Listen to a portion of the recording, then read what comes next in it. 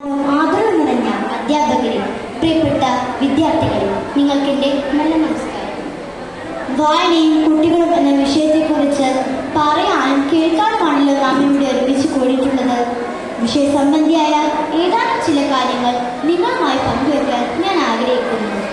നല്ല കാര്യങ്ങൾ കേൾക്കാനും പറയാനും പ്രവർത്തിക്കാനും നമുക്ക് സാധിക്കട്ടെ എന്ന പ്രാർത്ഥനയോടെ ഞാൻ എൻ്റെ വാക്കുകൾ തുടങ്ങട്ടെ.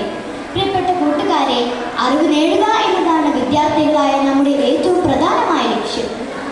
വിദ്യാലയം, പത്രം, റേഡിയോ, TV മുതലായവയിലൂടെയും ആധുനിക സംവിധാനങ്ങളായ mobile phone, computer, Google, social മീഡിയകൾ എന്നിവയിലൂടെയും അറിവുകൾ സമ്പാദിക്കാൻ സാധിക്കും.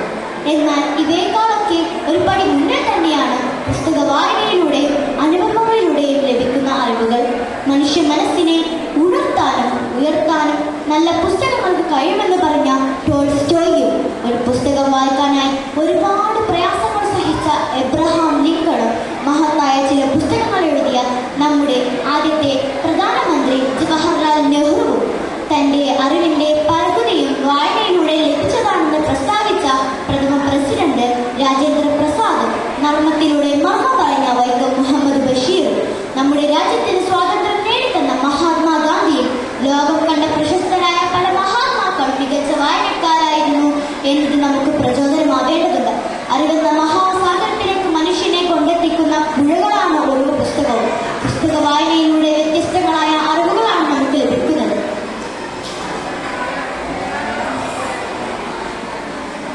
അക്ഷരങ്ങൾ ചേർത്ത് വെച്ച അത്ഭുത ലോകത്തേക്കുള്ള വാതായനങ്ങളാണ് ഓരോ വായനയും. നമ്മുടെ കൊച്ചു കൊച്ചു ചിന്തകളെ വലിയ വലിയ സ്വപ്നങ്ങളും അറിവുകളുമാക്കി മാറ്റാൻ വായനക്കാർ മറ്റൊരു മാർഗമാണുള്ളത്. വായന നമ്മുടെ ധാർമ്മിക മൂല്യങ്ങളെ വളർത്താനുള്ള വെള്ളവും വളവുമാണ്.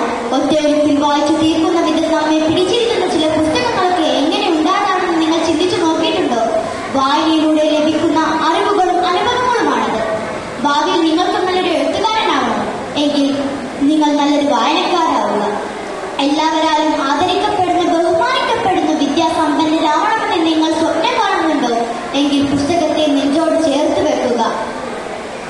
സാമൂഹിക സാംസ്കാരിക രംഗത്ത് തിളങ്ങി നിൽക്കണമെന്ന് നിങ്ങൾ ആഗ്രഹിക്കുന്നുണ്ടോ എങ്കിൽ വായന ഒരു ശീലമാക്കുക. അക്ഷരങ്ങളെ ആയുധങ്ങളാക്കി അനീതിക്കെതിരെ പോരാടുന്ന പോരാളിയാവണം നിങ്ങൾക്ക് എങ്കിൽ വായന എന്ന കളരിയിൽ ചുവടുവെച്ച് അഭ്യസിച്ചു കൊള്ളുക. അജ്ഞതയുടെ അന്ധകാരങ്ങളെ അകറ്റി നിർത്തുന്ന വെളിച്ചമാണ് വായന. വരണ്ടുണങ്ങിയ ചിന്തകളെ